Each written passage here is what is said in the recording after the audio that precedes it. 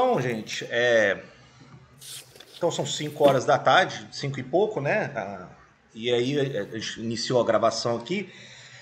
Eu me chamo Emiliano Unzer, eu sou professor de História da Ásia já há algum tempo aqui na Universidade Federal do Espírito Santo e tenho me aprofundado, pesquisado, escrito sobre várias regiões da Ásia. Isso depois acabou resultando em inúmeros livros, uns artigos e também tenho aí, depois eu posso passar para vocês o link no YouTube, que eu gravo várias aulas, porque é até uma maneira de deixar gravado as várias regiões da Ásia. E estou aqui com a Janaína. Você quer se apresentar, Janaína? Obrigada. Agradecer pelo convite do Emiliano. Essa é a primeira live que a gente está fazendo em parceria, né? A gente tem esse interesse em comum pela história do Irã, né? Essa paixão, né? Então, eu sou autora do blog Chá de Lima da Pérsia. Já tem mais de 8 anos, né, que eu pesquiso de forma praticamente autodidata, né, sobre a cultura, a história persa e divulgo para o público brasileiro. Eu sou formada em artes visuais, né, eu trabalho nessa área também, na área de design gráfico, e tenho muito interesse também de compartilhar esse tema que é tão pouco explorado aqui no Brasil, né, como a gente vinha conversando, né, Emiliano? Então, agradeço muito a presença de todos. Obrigada. Eu que agradeço. Na verdade, a gente. Então, assim, eu também eu comecei a explorar, e também por paixão com relação à questão da Ásia, e isso me envolveu muita energia, mas é uma energia excelente, porque a questão de viagens que eu faço para lá, anotações, livros, gravar aulas e escrever, como eu digo, é um ato de amor. Amor no sentido mais puro, de você entregar de maneira mais irrestrita possível e tornar isso acessível a todos, né? Isso aqui vai ficar gravado, não sei se no futuro alguém vê isso aqui. Estamos vivendo um período de 2020 já aqui no final de pandemia, muitas coisas aconteceram, e aí uma das maneiras que foi possível conectar e criar sinergias com outras pessoas foi através da internet, até uma maneira irônica, né? De você, do isolamento, você também ter a projeção das ligações pela internet, pelo meio virtual. E aí, o que cabe aqui a questão é sobre o Irã. Tema em que todos têm aí uma fascinação. Eu e a Janaína já conversou antes, e temos essa fascinação pelo Irã e ficamos primeiro consternados pelo fato de ser muita coisa ser ignorada aqui no Brasil, né?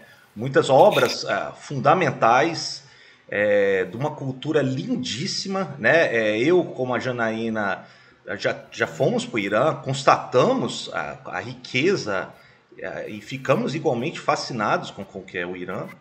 E a gente está tentando agora fazer isso, levar um pouco isso, né? A Janaína já está mais tempo do que eu, questão do Irã. Eu estou mais envolvido com outras regiões da Ásia, mas aí aqui é praticamente minha fronteira do que eu lido com a Ásia. É a parte do Irã que ainda não escrevi, talvez no futuro possa vir escrever alguma coisa. Mas é absolutamente fascinante. Só confessar para vocês que, né, por exemplo, já viajei mais de 50 países e dos países, entre os 2, 3 favoritos, o meu é o Irã. Tá? De todos. Eu sou absolutamente fascinado com o Irã. Né? Então a gente está trazendo aqui o coração e a admiração como motivação, a força motriz da nossa exposição aqui, né? Então vou fazer o seguinte: temos aqui então duas partes. Primeiro eu vou apresentar aqui uma série de imagens que eu vou dar uma ênfase mais histórica e também vai resvalar por questões um pouco a política da época da dinastia Safávida. Então estamos lidando no período de 1501 a 1736, 38, isso ainda tem aí alguns debates. Então estamos aí lidando no período do século XVI, 17 até meados do 18. E aí depois a segunda parte, Janaína, ela vai expor a questão mais da arte e da cultura, né, que eu acho que tudo bem, Ali, depois vai ficar gravado. Isso depois vai ser explorado pela Janaína. Então vai ser dois aspectos, tá? Então eu acho que eu inicio a minha apresentação agora, certo? Então vamos lá.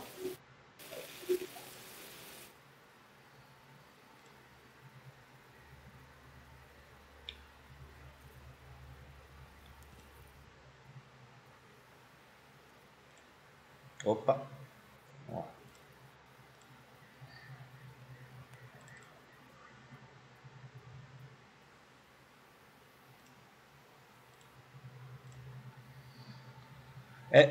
Janaína, só confirma com áudio. Tá aparecendo o mapa aí? Ainda não. Acho que você tem que colocar present. Não tá aparecendo nada ainda. Ainda não. Peraí. Acho que você tem que colocar o present. E aí compartilhar a tela, né? Deixa eu ver aqui. Agora eu que tô... Será que é porque tô aparecendo a imagem? Não, é a tela inteira. Vamos lá. Tá. Ué, gente.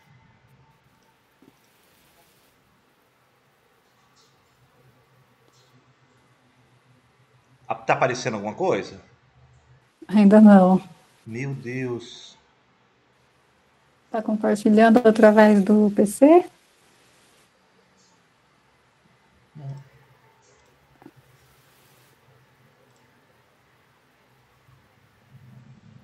Peraí. Agora sim. Agora foi. Agora tá aparecendo o mapa? Agora tá. Ótimo. Então vamos lá.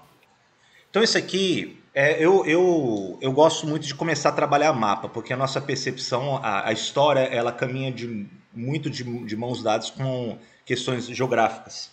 E já que não temos tanta familiaridade com essas regiões aqui no Ocidente ou aqui no Brasil, então eu preciso primeiro projetar a questão do mapa. Eu vou ser bastante breve, mas é importante salientar aqui o seguinte: esse mapa ele demonstra como estava o nascente Império Safávida, da dinastia Safávida, no século XVI. Né?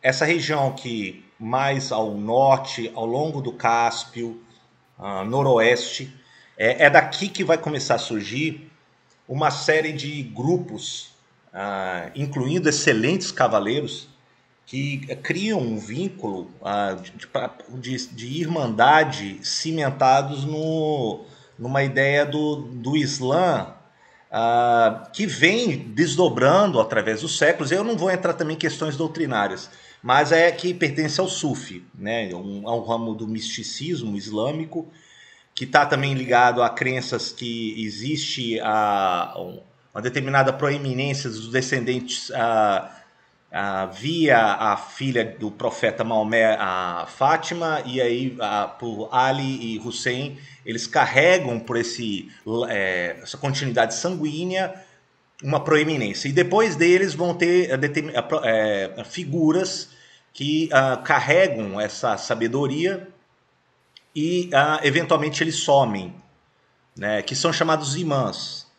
E aí tem grande discussão no xiismo de quantos imãs teve e qual foi o último, que aí a gente fala que é o oculto, porque na verdade ele não chega a morrer, ele tá oculto, e que eventualmente ele depois vai vir com uma espécie de messias e vai trazer novamente a ordem, a justiça do mundo, né? Por que eu estou falando isso brevemente? Porque começou a surgir no século VII uma irmandade, isso depois tem outros sucessores, de uma ordem mística que vem de Saf, E o SAF, ele... por que isso é importante em termos políticos? Porque são grupos de azeres, né, de turcomenos aqui dessa região. Na verdade, turcomenos não, são pertencentes às nações túrquicas dessa região do Cáucaso, que eles começam a se sobrepor nessa região. Né? E é disso que começa a surgir o primeiro personagem que vai fundar a dinastia safávida, que vai ser Ismail ou Ismail I. Então ele pertence a essa ordem de cavaleiros, de militares extremamente disciplinados, eles vêm das estepes, né? Então a gente tende a achar que apenas em termos de história, só apenas os mongóis foram aqueles cavaleiros. Não, você teve também os timúridas, você também teve os túrquicos, que uma das nações túrquicas, inclusive, chega a ocupar toda a Anatólia e Constantinopla, né? E toma Constantinopla. E aí uma dessas aqui, eles começam a ocupar essa região sob a liderança de Ismael I. E Ismael I, então, ele traz esse fervor do xiismo. Ele traz esse fervor do grupo dele, e eles são excelentes cavaleiros. Eles começam, então, a derrotar vários regentes. Uma situação que, né, das extensões persas da época, estava muito desagregado, porque anteriormente você tinha uma dominação dos timúridas aqui, vindos além do rio Oxus. Né? Então, esses timúridas, eles tinham dominado, administrado as regiões das extensões persas, por assim dizer, né? E há uma desagregação depois e o avanço militar político dos aliados a Ismael I. E esses cavaleiros, eles são conhecidos como os Kizilbash. Os Kizilbash são aqueles de chapéu vermelho. Né? E isso vai ser o trunfo e depois vai ser um problema para a continuidade dinástica dos Safávidas. Então é assim que começa, politicamente, começa a dinastia. Esse aqui é um retrato já europeu do que seria Ismail. Uhum. Vou passar aqui adiante. Bom, isso aqui é um retrato, e até eu acho que a Janaína vai mostrar com mais detalhes a fina arte de miniaturas que os Safávidas promovem durante a sua dinastia, em que, uma vez instalada a dinastia Safávida, você tem problemas de fronteiras. Primeiro deles, que vai ser muito mais prorrogado em termos de guerras, de conflitos de fronteira, vai ser com os otomanos. Os otomanos, uma nação túrquica que já tinha conquistado boa parte da Anatólia, do que hoje é a Turquia, eles tinham estendido a dominação até praticamente a parte da Mesopotâmia, que hoje é o Iraque. Tinham também combatido na região da Armênia, da Geórgia, e até mesmo chegando nas proximidades do Azerbaijão, ali próximos do Cáspio. Isso é um problema, porque vai ser contínuas guerras que vão ser fustigadas ali. Então essas duas nações, os Safávidas e os otomanos, vão guerrear por várias vezes ao longo da dinastia Safávida. Né? Isso vai ser um problema maior. Então o Ismail, ele consegue eventualmente fechar um acordo, uma espécie de trégua com os otomanos na fronteira oeste, né? E aí ele começa a se concentrar contra aqueles mais prementes da época do seu reinado, que são os uzbeques, ali da Ásia Central, além do rio Oxus. Então isso aqui é um retrato, né, da derrota de um dos líderes uzbeques, uma miniatura da época. Esse aqui é um retrato, eu não sei se foi o primeiro ou segundo acordo dos Safávidas com os otomanos, que vai ser o acordo de Chaldiran. Isso aqui fica no Palácio Cheryl Sotun, que vou mostrar para vocês aí eventualmente. E aqui já é um mapa do século XVII mostrando as extensões do domínio persa-safávida. Né? Perceba que já está bastante estendido, inclusive já quase que chegando já toda a parte norte da Índia mogol da época.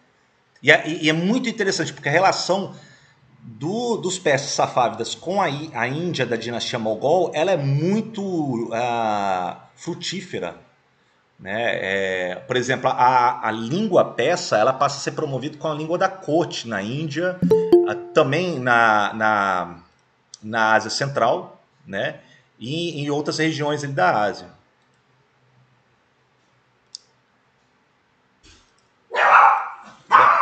Esse é o cachorro que eu falei que ia latir.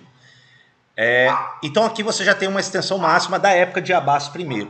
Então Abbas I ele vai ser, ele sucede algum tempo depois do Tahmasp. Tahmasp vai ser também um regente depois de Ismail I, fundamental da dinastia em questão, né?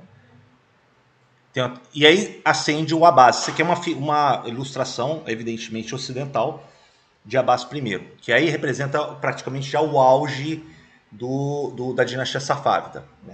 Então é uma dinastia que colhe os frutos da sua hegemonia toda na região da Ásia Central, uma influência decisiva sobre a dinastia Mogol na Índia, né? Que por vezes, inclusive, Humayun, por exemplo, ele foge quando tem disputas dinásticas do trono da dinastia Mogol, ele busca refúgio na capital dos safávidas. Agora, o mais interessante é Abbas I, ele vai reinar de 1588 a 1629. É que Abbas, ele, por questões estratégicas, questão de afastar um pouco mais da região noroeste, onde era a antiga capital Ghazvin, né, e antes tinha sido Tabriz, que foi a primeira grande conquista de Ismael I, Ghazvin lá também no noroeste, e depois ele desce mais para a região do Fars, ali da região mais para o sul, que ele vai inaugurar uma capital à altura, que vai ser Isfahan. Né? Isso aqui é um retrato de Isfahan já no século XVIII. Né? Tem vários. Aqui também a principal praça de Isfahan, a Maidan, Nakhchivan, e as miniaturas. Eu ainda vou voltar aqui para a questão do mapa, porque é interessante, porque aqui você tem, então, quando Abbas ele decide mudar a capital de Ghazvin para Isfahan, ela praticamente representa então, o auge, o esplendor do Império Safávida. Né? Ele já tinha bem estabelecidas as fronteiras com os otomanos, né? Aqui na região de Lorestan. Ele também ele domina por muitos anos sobre os georgianos, os armênios, inclusive, muitos são enviados ou como escravos para servir em serviços militares civis, que são chamados gulãs, ou também até como artesãos e comerciantes. Então, por exemplo, Isfahan tem uma parte linda de Isfahan, que é o bairro de Chufa. A Chufa ele é onde os armênios viviam.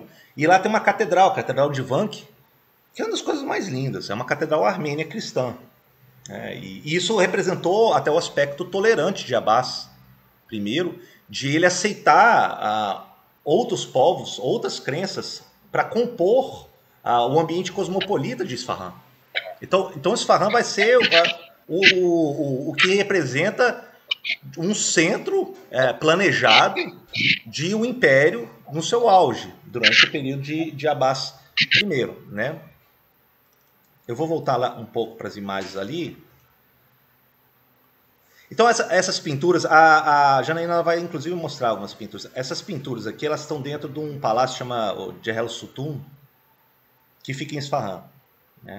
É lindíssimo isso.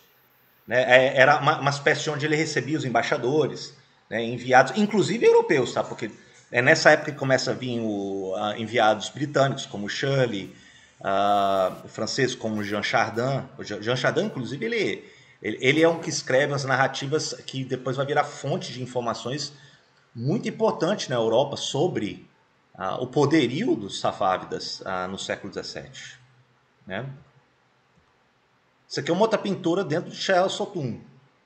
Tá? Aqui, se eu não me engano, é a recepção de Humayun, né, que tinha vindo da Índia, da questões dinásticas de sucessão, e aí ele é recebido e ele é abrigado aí na corte safávida, então mostrando o poderio que os safávidas tinham, inclusive na Índia da época. Então é muito expressivo o poderio do século XVII. Esse aqui é uma pintura já veneziana, recepção da corte, da embaixada safávida para Veneza. Isso é um palácio do Doge, inclusive, em Veneza. Porque é interessante, porque eles buscavam também alianças com europeus. Então, eles buscavam russos, eles buscavam com países da Europa, do Império Sacro, Império Romano Germânico não deu certo, nem com a Espanha. Com Veneza eles tentaram, e com os britânicos foi um pouco mais duradouro. Porque eles tentavam achar, olha, se vocês têm interesse em combater os otomanos, nós também. Então criamos duas frentes de batalha aí contra os otomanos. Então isso é uma representação aí, no caso, aos olhos da pintura veneziana, né? E uma coisa que é muito apreciado, isso vinha até do passado, dos cavaleiros na época de Ismael I em diante, que é o gosto pelo polo, né? Isso em Maidan, ali, aquela praça famosa no centro ali de Isfahan, e era muito frequente eventos de polo, né? Muito apreciado por Abbas I. Há o retrato já no século XVIII de Isfahan, como eu falei. Aí, aqui é uma pintura, e é interessante a gente observar essa pintura também. A Janaína vai explicar mais, mas primeiro é uma pintura com acentuado teor orientalista, né? Então a gente tem que tomar muito cuidado quando a gente lida com essas pinturas que ficou muito em voga no 18, século XIX, vindo também de europeus, que parece que retrata-se o Oriente como algo exótico, né? E tem uma série de problemas. Isso o Eduardo Said escreve em O Orientalismo, né? Mas mostra alguns aspectos. E esse grande arco aqui, que a gente fala Yuan, é uma das marcas da arquitetura persa. A arquitetura persa, a arte persa, ela vai muito além do Império Persa. Ela influencia depois até... Ela pega coisas dos Timúridas, influencia, por exemplo, parte de Samarcanda hoje. Você percebe o teor persa na arquitetura, por exemplo, da Índia Mogol. Então, se vocês pegarem o Taj Mahal, também se percebe acentuado traços da arte persa safávida. Então, era muito forte, né, a influência que eles tinham em outras regiões do mundo. Isso é uma das miniaturas lindíssimas, muito cultivado durante o período safávida e depois o período Qajar em diante. Também eles promovem também cenas do que eles remetem ao grande épico persa, praticamente o que vai dar nascimento a todas as narrativas da nação persa, que vai ser o Shahnameh. O Shahnameh, o livro dos reis, escrito pelo Ferdowsi, no século X, século XI, para o Mahmud Ghazni. Ele retrata, ele narra desde as origens da nação persa, e através de vários heróis eles combatem outros povos, e assim vai se afirmando a diferença da civilização, né, da cultura persa em detrimento de outros povos. Claro, um dos principais deles vai ser o grande herói, o Rostam. E aqui eu estou até acelerando um pouco para mostrar que depois de Abbas I, você teve alguns outros regentes não tão capazes. Então você tem problemas de sucessão dinástica depois de 1629. Você tem até o período de Abbas II, que tem uma relativa retomada cultural, política, mas você tem já problemas que vão começar a atentar contra o Império Safávida. Então você tem os holandeses já atuando nas rotas internacionais oceânicas, o que quebra um pouco o lucro do que era controle das rotas terrestres da Rota da Seda, que dava muitos recursos para o tesouro do Império Safávida. Então, quando os holandeses via a Companhia das Índias Orientais deles, eles começam a controlar rotas comerciais no Oceano Índico, e isso já se quebra, né? E começa então a desarticular essa rede terrestre que dava muito dinheiro para os persas da dinastia Safávida. Outro vai ser questões de sucessão entre os filhos, que vai ter uma série de instabilidades políticas, isso também vai desgastar também o Império Safávida.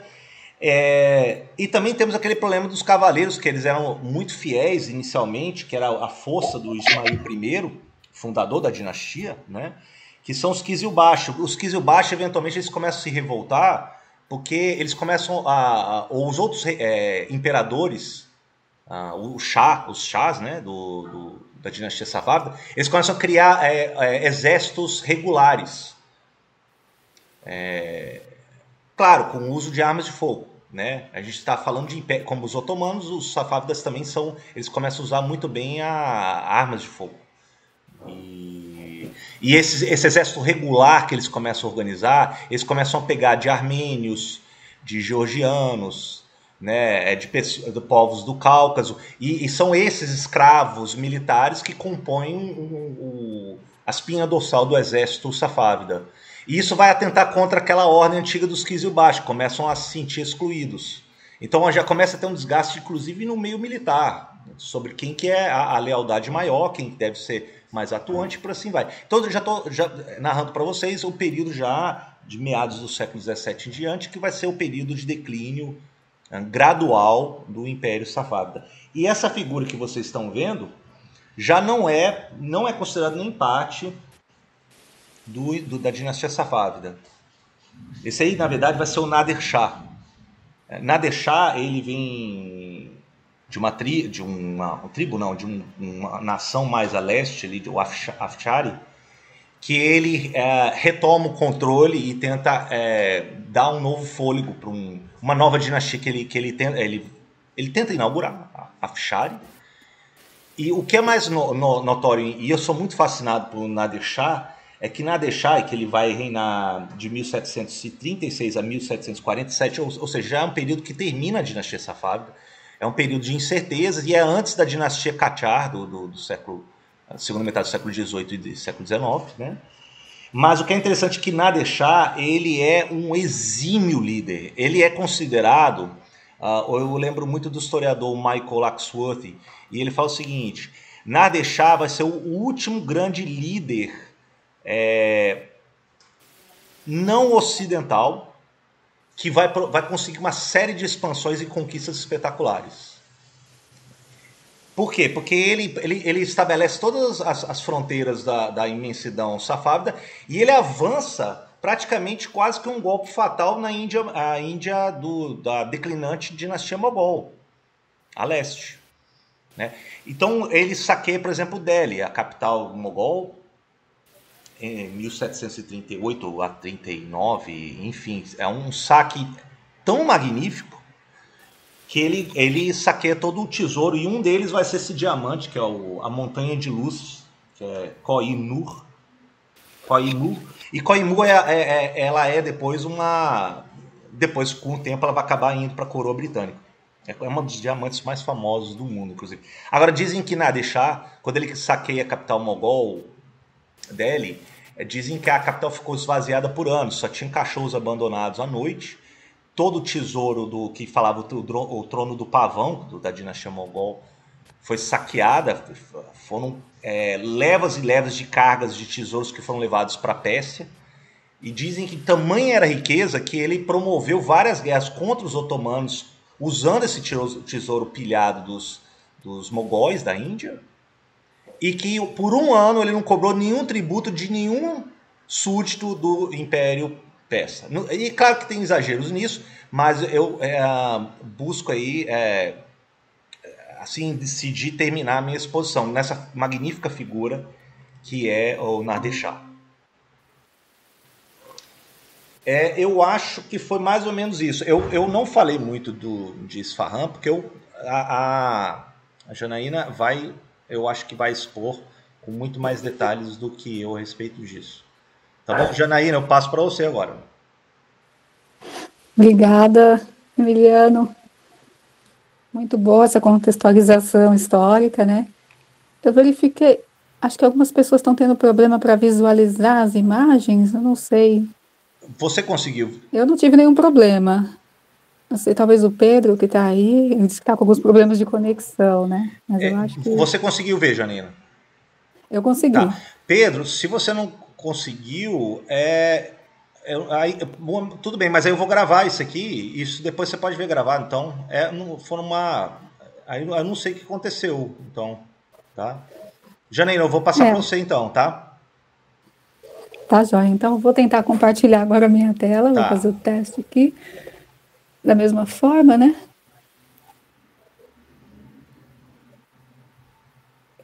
Eu acho que vai aparecer. Vai aparecer. Já está começando a... Tá abrindo, né? Tá, aí. Tá aparecendo. Aí. Então, vou começar naquela imagem que você também começou, né? Eu tentei aqui colocar as reproduções, o máximo de reproduções que eu tenho de livros, né? Eu tentei pegar o mínimo possível da internet, né? De outros lugares. Eu tentei colocar imagens que eu tenho aqui no meu acervo, né? Então, eu vou falar mais sobre a parte artística, né? A parte, sobretudo, da pintura, porque a pintura safávida, né? Ela manifesta esse grande gênio artístico dessa época, né? Como que a arte persa chegou a um patamar técnico elevadíssimo, um grau de refinamento até então não alcançado, né? Na história da história persa. E aí, como contexto geral, né, a gente tem nessa imagem os reis safávidas, a dinastia safávida, ela foi uma dinastia que a gente poderia comparar com a Europa renascentista, né, em que os príncipes muitas vezes eram artistas.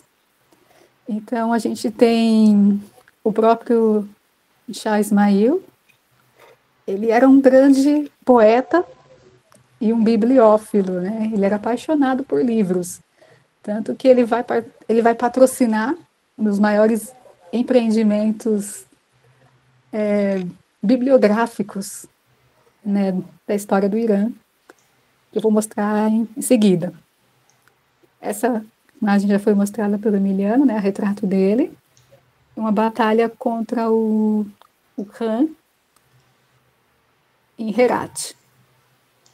Que aí ele conquista Herat, né, Shah Ismail, que é no atual Afeganistão, e lá em Herat ele convoca, após a conquista de Herat, ele convoca o grande pintor Kamaluddin Behzad. Né? Behzad, a gente não pode falar da pintura desse período sem falar dele, né? Porque ele foi o grande responsável por desenvolver as técnicas, né? Quando a gente fala da pintura persa, a gente está falando da arte, da ilustração, né, em primeiro lugar, né? Porque em primeiro lugar, o Islã, ele tinha uma proibição, né? Uma restrição de representação da figura humana, mas os persas, eles contornam isso de várias maneiras, né? Criando essa forma de pintura extremamente estilizada, idealizada, né? Que você tem muita influência mongol, da pintura chinesa, né? Isso, o Behzad, ele vai unir o estilo da escola mongol, né? Com o estilo de Tabriz, que já era a escola de pintura que já existia na Pérsia, né? Essa é uma outra pintura muito famosa dele, que retrata os sufis, os derviches, né? Numa dança. E aqui eu tentei colocar sempre alguma ampliação para a gente ver essa riqueza de detalhes, né? De cada obra, que a gente tem uma representação muito estilizada da figura humana, é sempre num cânone, né? Num cânone das escolas de artes da época. E isso foi ainda na época de Ismail, né? Que ele praticamente foi quem projetou, né, esse artista, Behzad, padrinhou ele, patrocinou ele. E aí, a sequência tem o filho dele, né, que é o Shah Tahmasp, primeiro. O Shah Tahmasp, ele foi um grande pintor, né, assim, o pai dele foi um grande poeta e ele foi um grande pintor. Então, ele chegou a estudar todas as técnicas da pintura persa. E aí, na ilustração, a gente vê que ele também era uma figura muito elegante, né, muito refinada. E o Shah Tahmasp, ele patrocinou muito a arte da iluminura persa, né? Porque essa arte, a gente poderia dizer, ela era uma arte da elite, né? Uma arte dos príncipes. A gente tem que falar também da Biblioteca Real, né? Da grande Biblioteca Real, que ficava em Tabriz, que não era só uma biblioteca, uma simples biblioteca. Ela era um grande ateliê de ofícios que comportava toda a produção da arte dos livros, né? Da arte do livro persa. Então, o artista, você tinha desde calígrafos, pintores, encadernadores, né? Todo esse processo que era transmitido, era aprendido dentro dessa biblioteca. E o Berzad, que nós vimos anteriormente, ele foi o primeiro diretor, né, dessa grande biblioteca.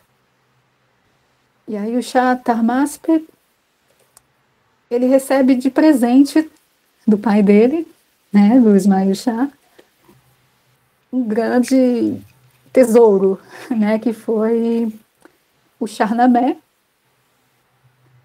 que é conhecido como o Shahnameh de Tahmasp, né, na atualidade. E aí a gente tem aqui dentro desse livro algumas das grandes obras-primas da arte persa, né? Da arte da miniatura persa. Aqui a gente tem a representação de uma das cenas do Shahnameh, que é a obra, como o Emiliano falou, é a obra-prima, é a obra máxima da literatura persa, é o grande épico da literatura persa, que infelizmente, né, injustamente não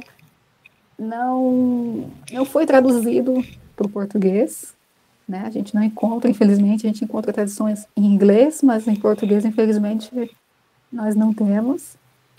E essa é uma das páginas que eu fotografei do Shahnameh, que eu ganhei de presente quando estive no Irã, né? E aí, um dos grandes pintores dessa época é o Sultan Muhammad, né? Que, vamos dizer assim, que é o grande coordenador dessa grande obra, esse Shahnameh, que é um livro, vamos dizer assim, tão deslumbrante, de tamanho luxo, né, que ele quebrou um recorde, assim, né, da quantidade de iluminuras, né, de pinturas. Normalmente os livros chegavam à quantidade de 14 iluminuras, né, porque cada iluminura dessa, aqui eu não consigo representar o tamanho, né, mas elas geralmente são do tamanho de um livro, né? Elas não são pinturas grandes. E essas ampliações que a gente tem aqui, infelizmente não fazem justiça, né, a quantidade de detalhes. Então, tudo que vocês estão vendo nessa cor meio ocre, na verdade isso é ouro. Isso é puro, é tudo folheado a ouro, né? Também tem essa outra cena do Shahnameh, que é uma das minhas histórias favoritas, né? Que é a história de Zol, que é o filho de Rostam. Não, perdão, que é o pai de Rostam, né? O grande herói Rostam, e Simorg, que é uma ave lendária que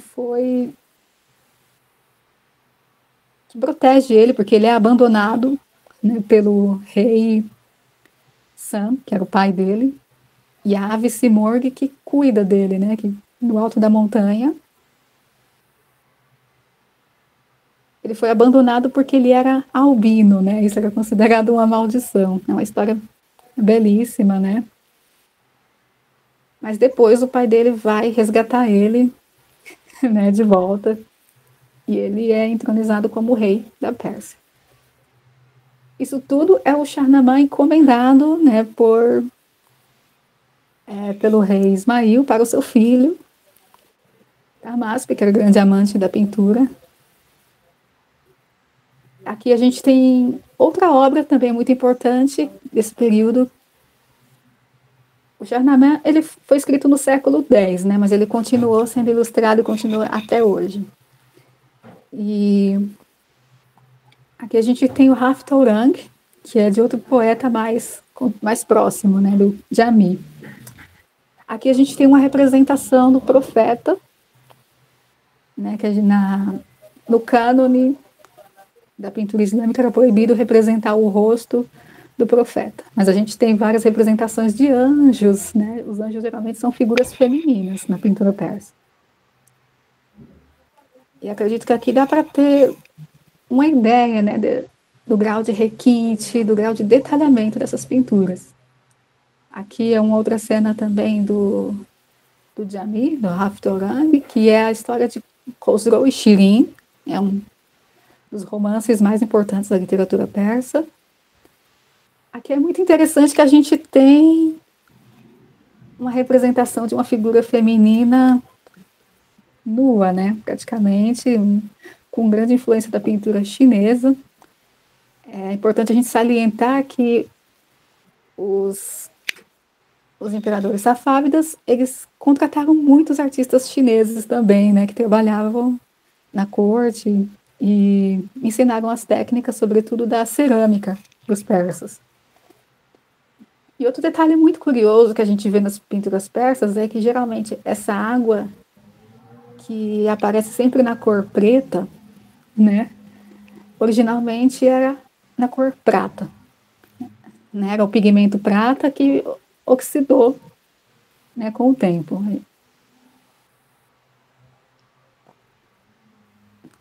Essa pintura já foi mostrada, né, que mostra o jogo de polo, que era o esporte favorito dos monarcas. E aqui a gente vai chegar no Shah Abbas. Esse é um retrato dos retratos mais famosos dele. E aqui ao lado, à esquerda, a gente tem uma miniatura que mostra também um retrato dele. A gente vai notar agora, a partir de agora, uma grande transição, né, nos estilos da pintura persa, da miniatura persa. Aqui, por exemplo, a gente tem a arte do livro, né, meramente como uma ilustração, né. Ela ocupa grande espaço. A gente sabe que hoje em dia a produção de um livro é um empreendimento custoso, né, mesmo com toda a tecnologia que a gente tem. Mas imaginar naquela época, toda uma equipe de calígrafos, de ilustradores, de encadernadores, né? Então, a produção de um livro como este era muito, muito, muito cara, né? Então, só os nobres, só os príncipes é que tinham o luxo de ter pinturas como essas, né? E aqui a gente vê que cada vez mais a ilustração, a pintura, ela vai deixando de ser mera ilustração, ela vai invadindo o espaço do texto, né? O texto também sempre tinha essa regra fixa, né, de 4 colunas, que a gente vê em todos os manuscritos persas. Aqui a gente tem uma representação do que a pintura vai se transformando na época de Shah Abbas, né?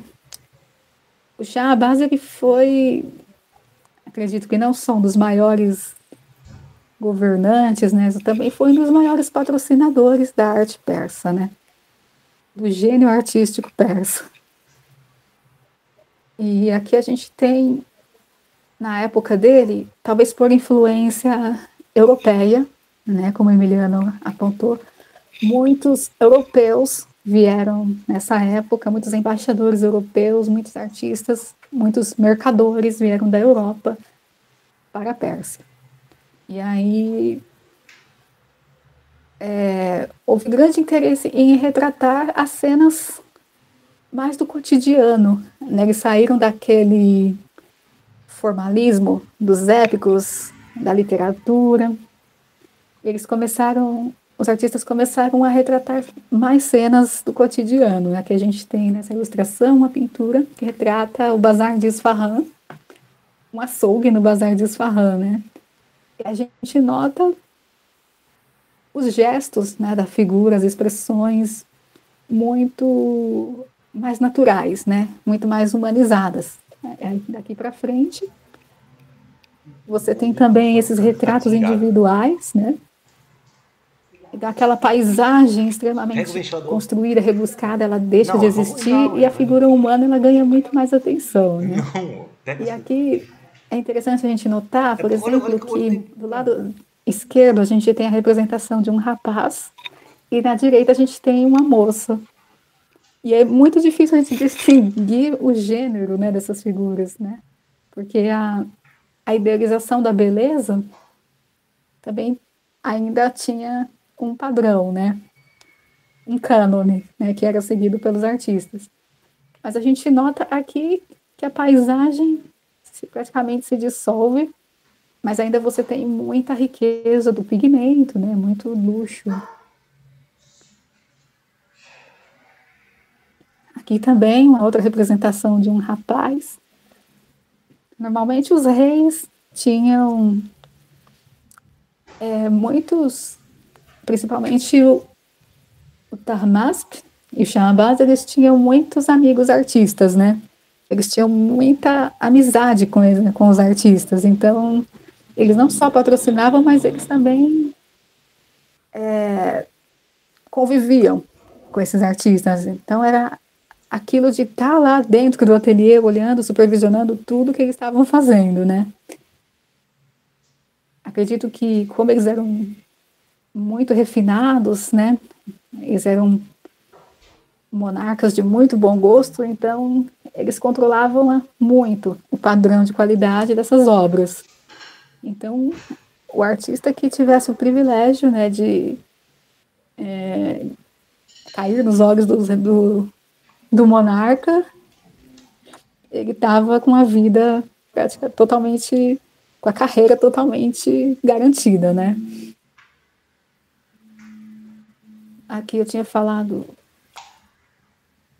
Aqui também algumas representações muito simples, né, da vida cotidiana, sobretudo dos jovens, né? Nessa época de Shahbaz, a juventude, a alegria, a beleza, né? Isso dentro do padrão estético da época era muito exaltada. A gente tem muitas cenas que a gente poderia considerar eróticas, né, dentro da pintura.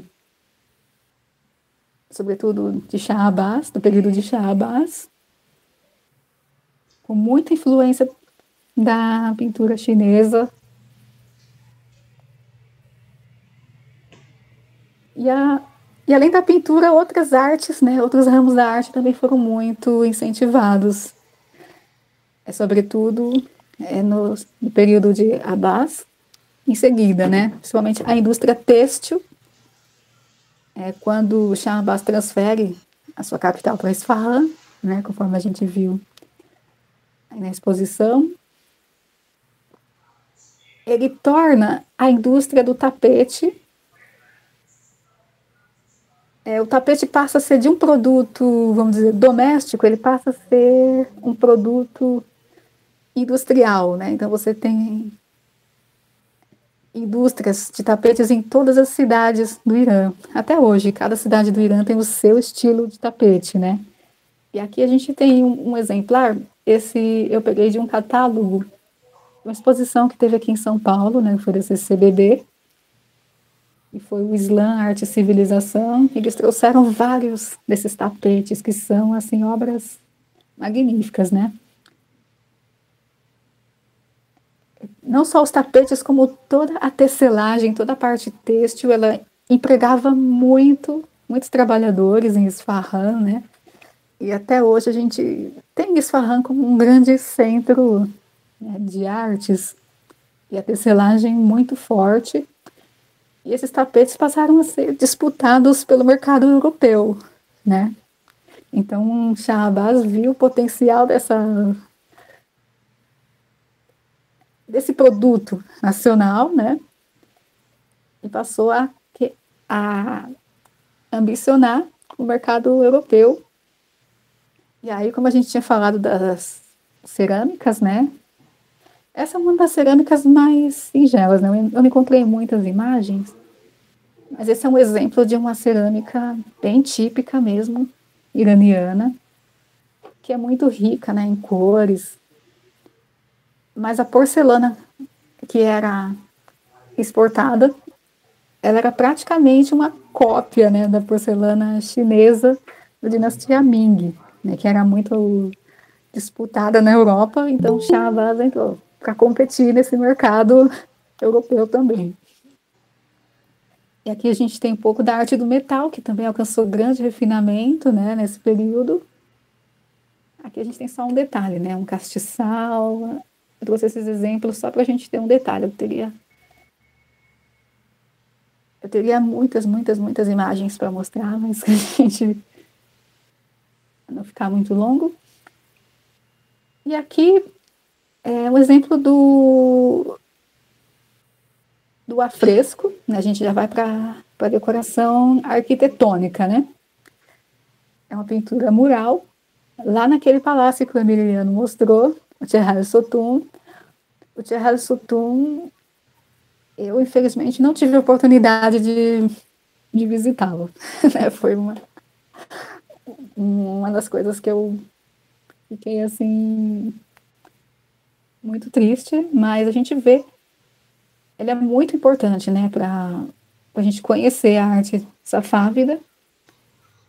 Dentro dele tem vários estilos de pinturas, né? Tem esse que a gente conhece que são as reproduções das miniaturas, né?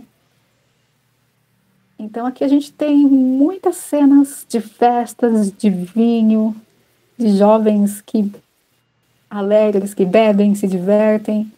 Aqui as festas da corte, né, com os monarcas, com dançarinas, com muita música, com muita comida fartas. Esse já é um estilo mais lá para o século XVII, já mais para o final da dinastia, né, como o Emiliano falou, e já tem muita influência da pintura indiana, mogol, né, mogol. E aqui a gente tem uma cena muito ousada, né, que seria a gente vê as moças com roupas transparentes. Isso ainda pode ser visto no Irã de hoje, né? Se vocês visitarem um dia Isfahan, o palácio, essas pinturas ainda estão lá, nesse estado de conservação. Essa cena representa o Ano Novo Persa, né?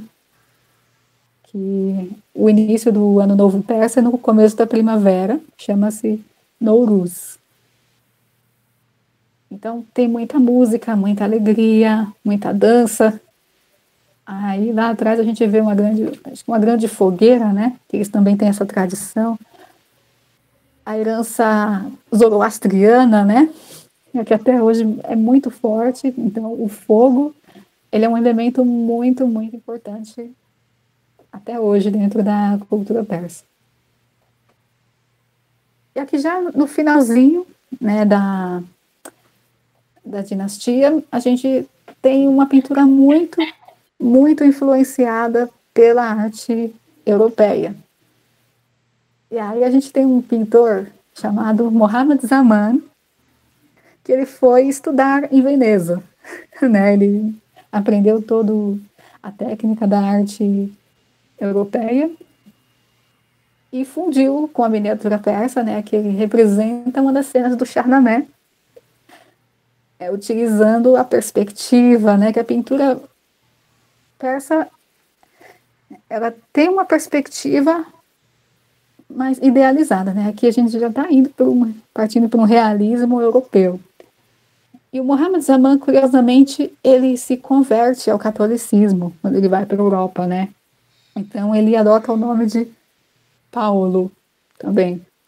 E aí ele faz essas representações. Na cidade de Isfahan, a gente tem, como o Emiliano falou, um bairro cristão, né, um bairro cristão armênio, que eu também tive a honra de visitar. Mas nessa época, apesar de toda a tolerância, né, do Shah, esse pintor, o Mohammad Paulo Zaman, quando ele anunciou a sua conversão, ele teve que fugir, né? Ele teve que sair da Pérsia. Ele teve que se refugiar na Índia. Mas é muito interessante, né? A gente vê como que ele incorpora essa influência europeia, que ele representa a Virgem Maria com o menino Jesus, São João Batista, com todo ao redor, com toda a ornamentação, né, de um álbum de miniatura persa. Aqui eu achei interessante mostrar para vocês, eu não sei se é muito visível, né? Mas só para a gente encerrar aqui com chave de ouro. Essa é uma vista aérea da cidade de Isfahan sobre o bazar. Né, o bazar, acho muito importante falar, né, porque na época de Shah Abbas, esse bazar ele foi construído para fortalecer esse comércio internacional, né? Então, quando os viajantes vinham, além de toda aquela beleza, que Isfahan chegou a ser uma das cidades mais lindas do mundo, né, na época, com todo o planejamento arquitetônico urbanístico que Shah Abbas criou com a sua equipe de engenheiros, de artistas de todo porte, né? Então aqui a gente tem a noção do tamanho desse bazar. São 2 quilômetros de uma rua coberta. Então toda essa fileira de abóbadas que vocês estão, eu não sei se dá para ver muito bem, mas que está atravessando aí no centro da imagem, tudo isso é o bazar. Aí aqui é uma foto minha, né, que eu tirei, esse é dentro do bazar. Então, até hoje, esse bazar é muito... continua, né, com a mesma dimensão, as ruas todas cobertas. E aí, esse bazar, ele vai começar numa das avenidas mais importantes de Isfahan. Infelizmente, eu não vou conseguir falar tudo, né, de toda a riqueza que Shah Abbas chegou a construir com as suas pontes, com os palácios, porque é muita coisa. Então, eu quero focar para a gente encerrar nessa parte, nesse coração da cidade de Isfahan, né, que é a Praça Naxchijan. Aqui o bazar, ele sai na praça, né, que tem uma saída ou entrada, né, que chama Geisari. Essa é uma foto minha também. E aí a gente já está na praça. Saiu do bazar, a gente está na praça e a gente tem essa visão do Palácio Ali Gapur, que foi construído também pelo Shah para estar no meio do povo. Ele era um monarca que ele gostava de estar no meio do povo. Nessa praça ele organizava grandes partidas de polo e ele... Todos esses arcos que vocês veem ao redor da praça, tudo isso são lojinhas, né? Aqui é dentro do palácio. Esse é um dos palácios mais bonitos também, delicados. Isso é uma sala de música, né? A gente não tem muita informação do que era a música nesse período, mas esse salão ele foi construído dessa forma para ter uma acústica especial, né? Então todos esses nichos, todos esses recortes que a gente vê aí nessas paredes, né? Isso foi tudo planejado para ter uma acústica incrível, né? Especialmente para o rei. Aqui é uma visão lá da sacada do palácio, a gente consegue ver a praça toda, aí ao fundo a mesquita Shah. A praça Naxchijan significa em persa o mapa do mundo, né? Porque nessa época que os persas, que os iranianos denominaram a cidade de Isfahan como a metade do mundo, porque ali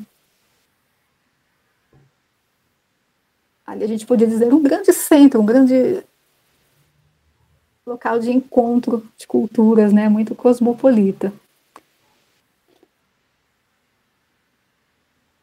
Aí aqui a gente tem, do lado oposto do palácio, essa mesquita, que chama Sheikh Lotfullah, que é uma das obras-primas da arquitetura persa.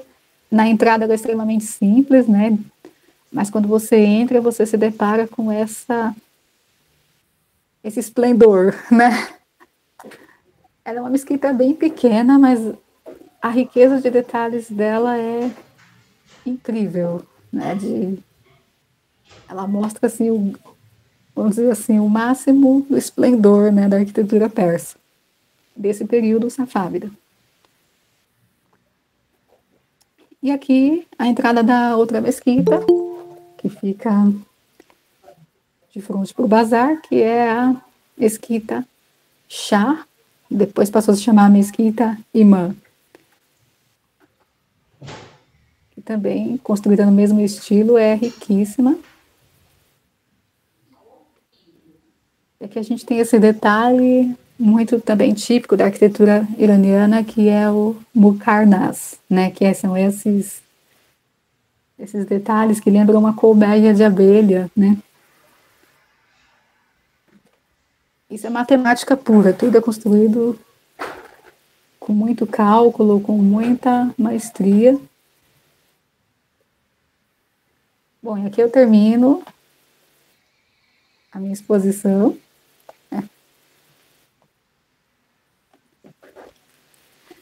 Sobre a arte do período safávida.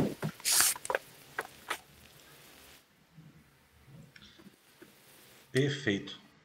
Eu tô abismado com a riqueza de uma arte tão linda, né? Tão delicada.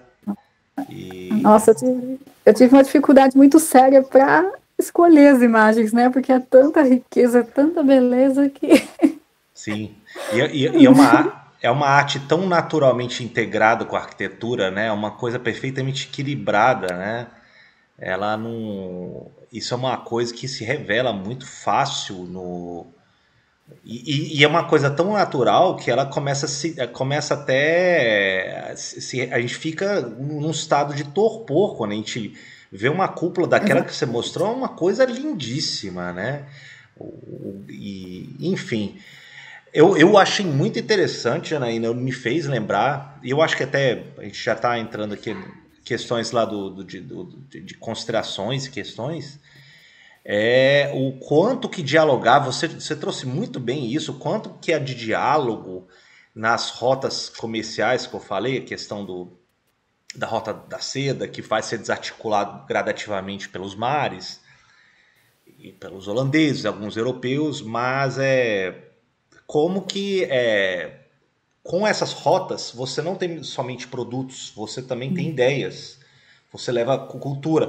Então você revelou muito interessante o fato da influência chinesa ter vindo pela cerâmica e pela seda também, né? Porque eles trabalham muito bem os tapetes de seda, as vestes, a peça na época safávida, ela depois exporta muito esses produtos e é muito apreciado no mercado europeu.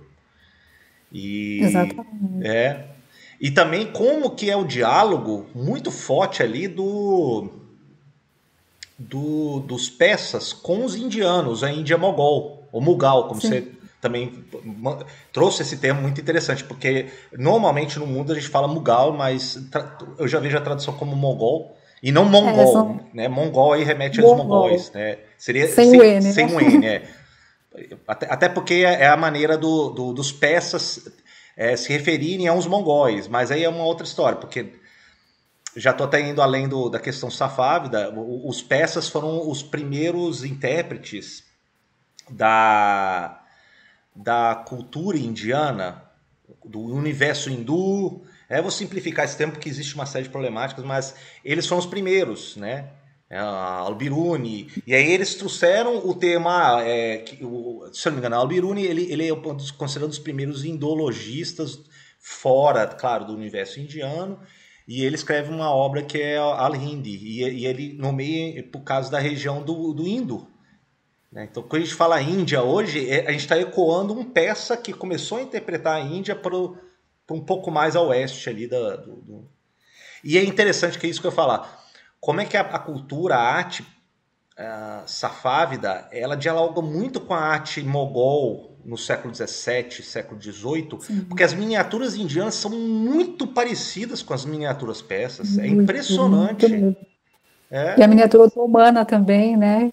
sim, sim, ele influencia muito, né? E como eu até disse no início, a língua da corte, a língua que você trouxe muito bem, inclusive, a língua da corte, a língua dos poemas, do amor, era persa, Do inclusive na persa. Índia. Né? Sim, Você tem um Ali Shah, o Ali Shah, que vai ser um dos últimos regentes ali do reino ali em Uttar Pradesh, que vai ser no século XVIII. Ele era extremamente patrocinador das artes, do teatro, sim, ele era versado em peça, porque todo regente, e eu acho que ecoa muito o que está acontecendo nos Safávidas. O regente ideal é aquele culto que aprecia a dança, a música, os versos, né? E outra coisa que eu também achei muito interessante, porque você apresentando estava pensando, é, por exemplo, existe muito retrato, inclusive do que você trouxe, que iluminou muito a nossa percepção, é o fato de você ter muita apreciação dos jardins também. O, assim, é, sim. O ideal do paraíso, né? exatamente. Porque Isso eu acho eu que veio vejo antes do Islã, isso. né? É, Na eu Pérsia. vejo, por exemplo, a arte indiana mogol. Então você tem um retrato muito famoso que é Humayun conquista Cabul. E você vê a Sim, preocupação da figura de Humayun, por exemplo. Umas vezes ele está cheirando uma flor, ou umas vezes ele está num jardim que ele aprecia, e é um jardim que é todo simétrico. Então é a apreciação do jardim de povos que vinham das estepes lá da Ásia Central, e a exatamente. ideia do paraíso, né? Do jardim amurado e das flores, a água Isso, fluindo. Você vê isso muito na Índia, do período mogol, como que o barulho da água fluindo remete à ideia do paraíso, né? Da abundância dos pássaros, as árvores frutíferas também remetendo à questão dos prazeres da vida, do amor, né? Tô até inclusive lembrando muitos trechos da Mil e Uma Noites, que a Sherazade ela narra as frutas como símbolos do amor, né? E é sim, muito uma interessante das esse coisas diálogo, você trouxe isso, eu gostei muito. é que a gente não tem tempo suficiente para falar disso, né? Mas cada elemento dessas pinturas, né, ele tem um significado. Cada planta, cada animal que você vê representado, os gestos, os objetos, tudo isso tem um significado oculto dentro da pintura, um simbolismo, né? Mas isso já é um tema muito. Tem um documentário que até tem disponível aí no YouTube. Se vocês procurarem, acho que tá, é da TV Escola. Acho que o título tá como Os Jardins do Paraíso, uma coisa assim, em português. É bem antigo mesmo, mas ele explica muito bem, assim, cada simbolismo, toda a técnica dessas pinturas, passo a passo, como que eles confeccionavam os pigmentos, como que o artista tinha que confeccionar cada etapa, o material, o pincel, as tintas, o esboço, é tudo muito, muito perfeito, assim. E vira o tesouro, né? Um É um monumento. tesouro. E aí, como você muito bem disse, o grande épico Shahnameh nem sequer tem tradução ainda para o português. E isso me fez lembrar até outra questão. Existe iniciativa hoje, por acadêmicos no mundo todo, muitos deles iranianos, inclusive, que tem que você já deve ter ouvido falar, que se chama Enciclopédia Irânica, né? Sim, tem um site, né? Sim, tem o site deles e eles estão compondo uma gigantesca enciclopédia de contribuição de tudo que é gente do mundo para revelar sobre a história, a cultura, tudo do Irã, de tanto material que eles têm. É uma coisa assim, gigantesco o empreendimento. Né? Sim, acho que eu já acessei várias vezes, muito. E Acho que outra já coisa. utilizei muito. E antes que eu esqueça também, né? E aí, claro, não vou ficar monopolizando aqui as questões, então nem pretendo. Eu lembrei muito, porque você participou de uma live que eu fiz sobre a Conferência dos Pássaros, e você trouxe a ave Simurgh, né? sim, A Simurgh, que é sim. a ave mítica que todos buscam no final, todos esses pássaros. E daí vem também a influência da literatura sufi, né?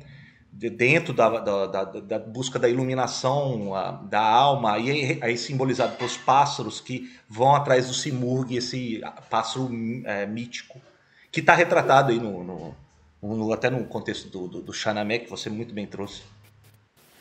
É, uma das coisas muito interessantes, até como você colocou, é que essa dinastia, ela tem um pano de fundo desse misticismo, né? Ela nasce ali, né, desse primeiro sheik, né? Então, acredito que tudo isso influenciou muito todo o pensamento dos artistas também, né? E o que eles colocam dentro da arte. E o, Até, é, até essa extrapolação, né, da figura humana poder aparecer. Apesar que a figura humana, vamos dizer, até um certo período ela estava restrita só aos livros, né? Não existia pinturas murais, aí acho que depois do Shah Abbas que eles resolveram falar, vamos fazer o que a gente quer. sim. E é interessante, por exemplo, porque eu estudo outras áreas, outras regiões da Ásia, e você vê que o movimento do sufismo, os sufis, que tem várias vertentes, claro, tem várias irmandades, né?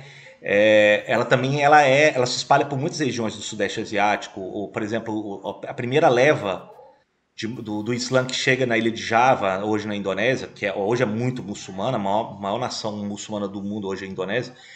Os primeiros que chegaram foram os que eles falaram que eram o Ali Songo, né, que são os 9 homens santos. O Ali é um título sufi, é de homem santo Sim, sufi, né? E sim, também na Índia também o sufismo é muito forte. Você tem Ajmer, ali tem um túmulo de um homem santo sufi. As pessoas vão lá e não é só muçulmanos não, vão hindus, né? A Índia também tem um aspecto cosmopolita, tal como na Pérsia, que tinha zoroastrianos, tinha muçulmanos, tinha armênios cristãos. A Índia tinha também uma pletora de crenças e conviviam entre si. Você tinha hindus que eram muçulmanos, não era excludente um com relação ao outro.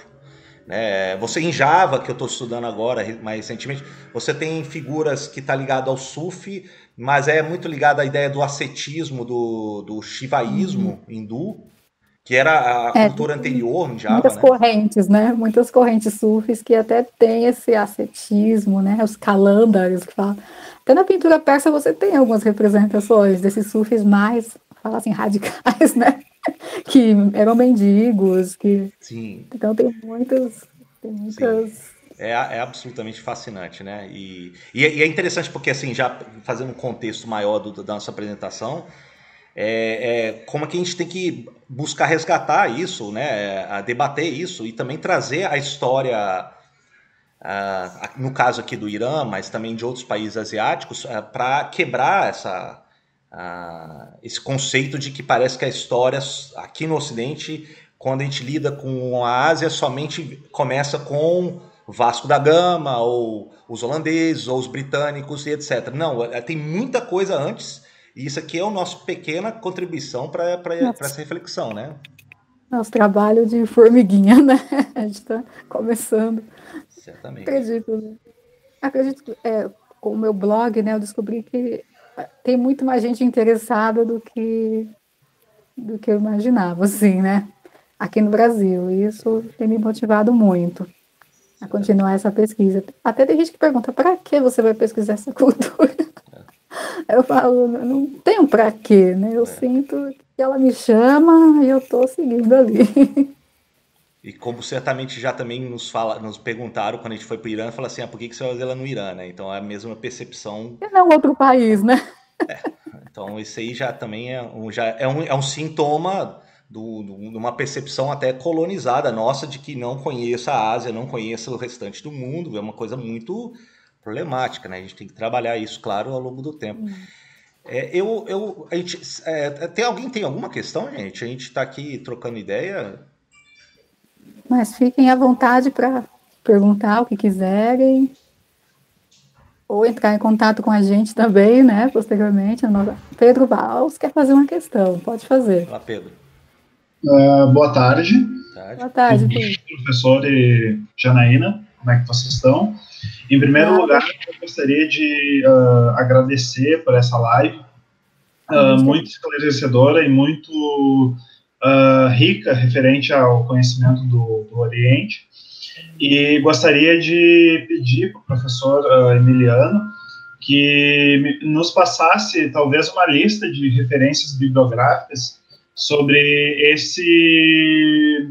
esse assunto que é o Oriente Médio, a Pérsia, atualmente o Irã, o Oriente Médio no geral, porque eu também sou um curioso muito grande pelo Oriente Médio, pela região do Maghreb, e inclusive sou formado em História pela URGS, e comecei a estudar o Oriente Médio agora há pouco, logo após que terminei a faculdade. Uhum. E tenho muito interesse em continuar estudando, inclusive comecei a estudar árabe faz pouco tempo, e já estou apaixonado pela língua e querer estudar cada dia mais. E gostaria também de fazer uma pequena propaganda, se é que posso fazer, que eu criei uma página no Instagram, que é o Cultura Rashido, que é uma cultura Rashido. Rashido? Isso. Você vai encontrar no meu Instagram, Janaína. Eu já estou seguindo ele. Você vai achar lá. Claro. Que é uma página que procura desconstruir determinados estereótipos que a gente tem aqui no Brasil, no Ocidente, sobre o Oriente Médio, sobre a África no geral, e que eu tenho um blog também. Mas no mais é isso.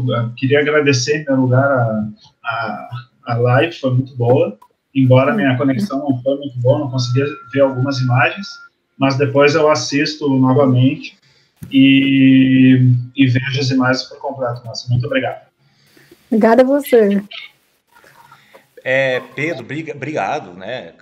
A participação é sempre muito boa e a tua iniciativa também de criar a tua pesquisa, isso sempre complementa, adiciona, né? Eu sempre estou no meio acadêmico já há muito tempo, eu sempre defendo o fato de que a cooperação é muito, muito boa para o conhecimento, né? Não é questão mais da competição, de falar, um faz... É tanto campo de conhecimento, é tanta coisa que a gente tem que trabalhar em conjunto, né? Enfim, e é sempre bem-vindo mais um, e para tentar também, né, investigar e pesquisar, e por assim vai. Eu botei aí, Pedro, no chat uma indicação de leitura da história do Irã. Ela está em inglês, porque não tem muito pouco em português. Esse livro ele é muito bom. Antigamente era só Empire of the Mind. Aí depois ele botou History of Iran, Empire of the Mind, do Michael Axworth. Tem outros também, mas esse daí é muito bom, porque ele é um grande apaixonado pelo Irã, e ele faz um recorte histórico, cultural muito legal. Então, assim, eu acho que é um passo para você ir já começar a investigar mais do Irã. Mas realmente é muito pouco. Em inglês você vai achar muita coisa. Inclusive, salvo engano, eu acho que tem a coleção da Cambridge History. Eu acho que tem uma do Irã. Se tiver, também é sempre uma boa dica. E depois eu posso te passar outras dicas pelo Instagram, etc, né? Uma outra coisa que também gostaria de acrescentar, que esse meu estudo do Oriente Médio, ele começou muito porque eu li o livro que o senhor falou, do Orientalismo, do Edward Said, e parece que abriu o acesso inteiro de possibilidades de aprendizado e de pesquisa, até para a gente poder ter uma contra-história do próprio Ocidente, que cria uma ideia muito fixa, mística e enrijecida do Oriente, e que a gente acaba desconstruindo essas coisas e começa a ver que não é uma sociedade distante, muito pelo contrário, é o berço da civilização e do conhecimento humano. Perfeito, sim. E o Orientalismo, Eduardo Said, é um livro que todos devem começar a ler quando começa a lidar com o Oriente, né? Porque eu escrevi um livro que chama História da Ásia, E lá no início eu invento umas palavras que eu acho muito interessante. Então existe uma ideia que eu chamo que é o complexo de Marco Polo, que é parece que você joga tudo o exótico, maravilhoso para o Oriente, só que isso tem um prejuízo, porque você começa a enxergar eles como muito distantes de você. E isso prejudica a nossa percepção. Né? E aí o Said ele é muito mais incisivo, ele é certo e cheio, como é que o retrato, a literatura, ele vai buscar esse... E aí, como você também acertou em cheio, como é que a identidade ocidental ela é trabalhada contrapondo-se, negando-se o que era considerado oriental, né? Então, até a própria construção da Europa, do europeu, é muito contrapondo ao muçulmano, né? Desde as cruzadas, aos infiéis, a questão da luxúria asiática, a questão da devassidão, né, do harém, como se fosse uma coisa assim escandalosa, e os europeus estão falando, olha, nós não somos assim. Né? Então é até a própria construção da identidade da Europa nesse sentido, quando sempre jogando contra o Oriente. Né? Tá. Eu gostaria, posso falar um pouco com vocês? Eu quero parabenizar a live de vocês e agradecer. Um momento riquíssimo de aprendizado, tanto da história quanto da arte. Vocês compuseram muito bem os dois, o que um foi falando de uma certa forma, o outro foi ilustrando, vice-versa. Depois o debate de vocês dois também foi ótimo. Um complemento fantástico. Gente, parabéns, que gostoso, que delícia. E uma coisa muito bonita, disso que vocês estão falando agora, que parece que lá, naquela época, e faz tempo, né, parece que já foi ao contrário. Eles se permitiram aprender, se beneficiar com a Europa de então. Né? Eles não tiveram esse preconceito, não tiveram um bloqueio.